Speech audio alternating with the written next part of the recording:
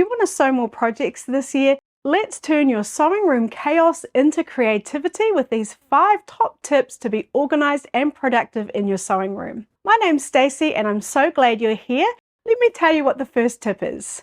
Number 1 is declutter and organize. When your space is organized, your creativity can flow. Consider decluttering your sewing space. Now, one of my favorite ways of doing this, and I actually do it for my whole house, is I take a box and I go through the room and I work out things that I don't want anymore. Now, don't worry, we aren't going to get rid of them straight away.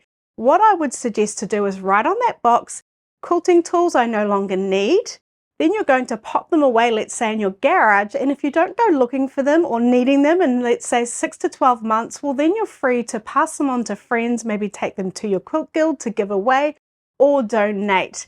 But it's just a really nice way to get rid of some stuff in your sewing room, not worrying too much that, oh, I might need that later, because we're just kind of testing the waters by putting them away for a few months.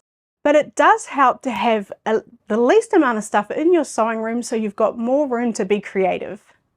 So once we've decluttered, let's organize. Now, my top tip for organizing is to have a home for everything. If you've got a tool or an item in your sewing room, it should have a home, and then that way you'll know where to find it every single time you go looking for it. Now, my absolute favorite thing to do in my sewing room is to have one container with all the items that I use every single day. And what I do with this container is I have it right next to me when I'm sewing, and I know if I'm looking for something, it's going to be in here. Now, if I'm doing a project, things that I'm working with at the time might go in here, but at the end of every project, I do empty it out, and the only items that are in here are my essential items. So as you can see, I've just got all my essential items in here that I use every day. And it's just a really handy way for me to stay organized. Once I'm finished sewing, I will pack it back up. Odd things do end up in here, and then I just take them out and put them back in their home. Another quick example of something always having a home is my sewing machine feet. Now, my sewing machine feet are all metal, and so I put them in this magnetic little caddy here, and they don't go anywhere. Every time I need to change my foot on my sewing machine, I know exactly where they are. And then when I am swapping the feet over, the one that's coming off my sewing machine goes in here, so I'm never looking for my sewing machine feet because I know exactly where they are. Number 2 is fabric management. Know your fabric, use your fabric. If you know what fabric you've got and it's beautifully organized, you're more likely to use it than end up buying even more fabric again. Now, in a previous video, I showed you exactly how I organize all my fabric, and I'll put a link down below for you if you'd like to check it out.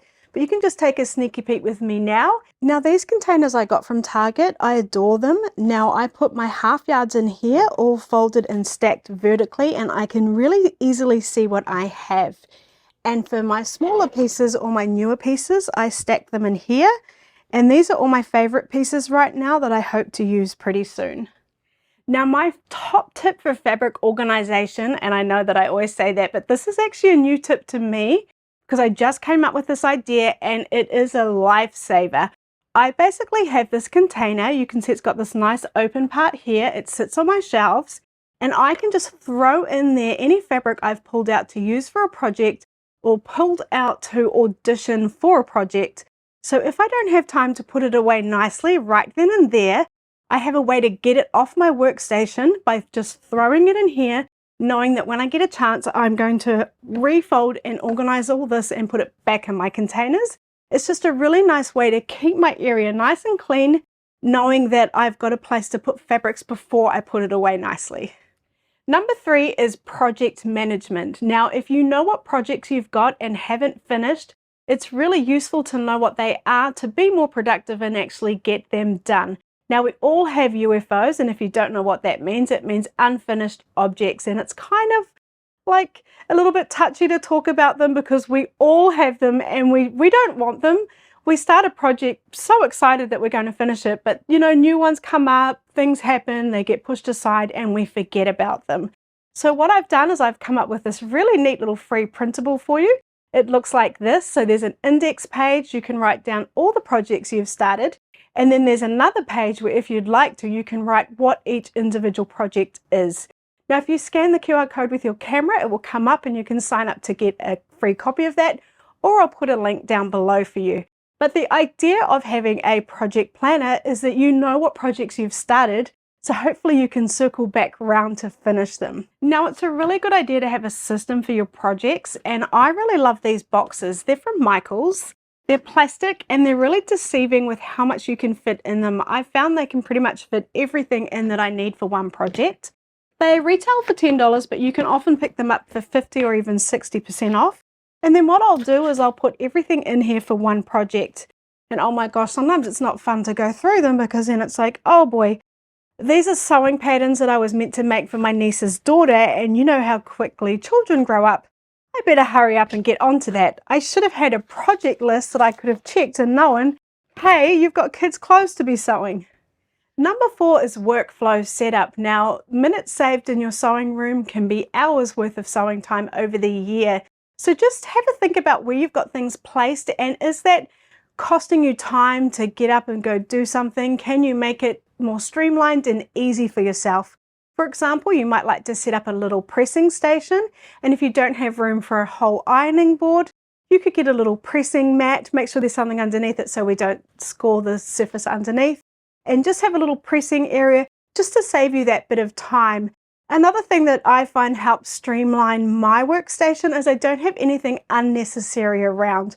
For example, I love to sew clothing for myself, and I have a serger. Well, I don't use the serger very often, so I don't have that on my workspace. I put that up and away when I'm not using it, just to keep my workspace clutter-free, which saves me time. So just have a look around and think, how do I work in this space? And how could I make it work even better for me? Now, number 5 is quick maintenance. What I would like to suggest you do is after every day when you've finished sewing is just do a 5-minute tidy up. Now, I'm not talking about a deep clean, putting everything away perfectly. No, I just mean grab all those tools you always use, throw them back in that container, get your fabrics that you're not using, throw them in that container that you're then going to go and sort through later. Just put things away tidy, maybe empty your rubbish bin. It just means that at the end of a project, your sewing room isn't going to look like a bomb's hit it, which I'm very guilty of. But if you do get into the habit of just tidying up a little bit each day, it's not going to hopefully turn into that bomb of a sewing room that we all know we can end up with. Now, one more thing, we love our sewing machines, so we really should treat them like we do.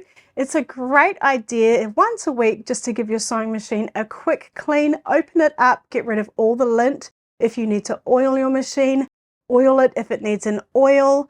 And just look after your sewing machine. Do you need to change the needle? Just some general weekly maintenance to make sure your sewing machine stays in tip-top condition for you so we can make all our beautiful projects. Small changes, big results. Choose one tip in this video and apply it today, and I'm sure you'll see some amazing results. Let me know your favorite hack in the comments below. Thanks so much for watching this video till the very end. I really appreciate you so much. And if you're looking for more ideas to be organized in your sewing room, check out my video on how to Marie Kondo your fabric.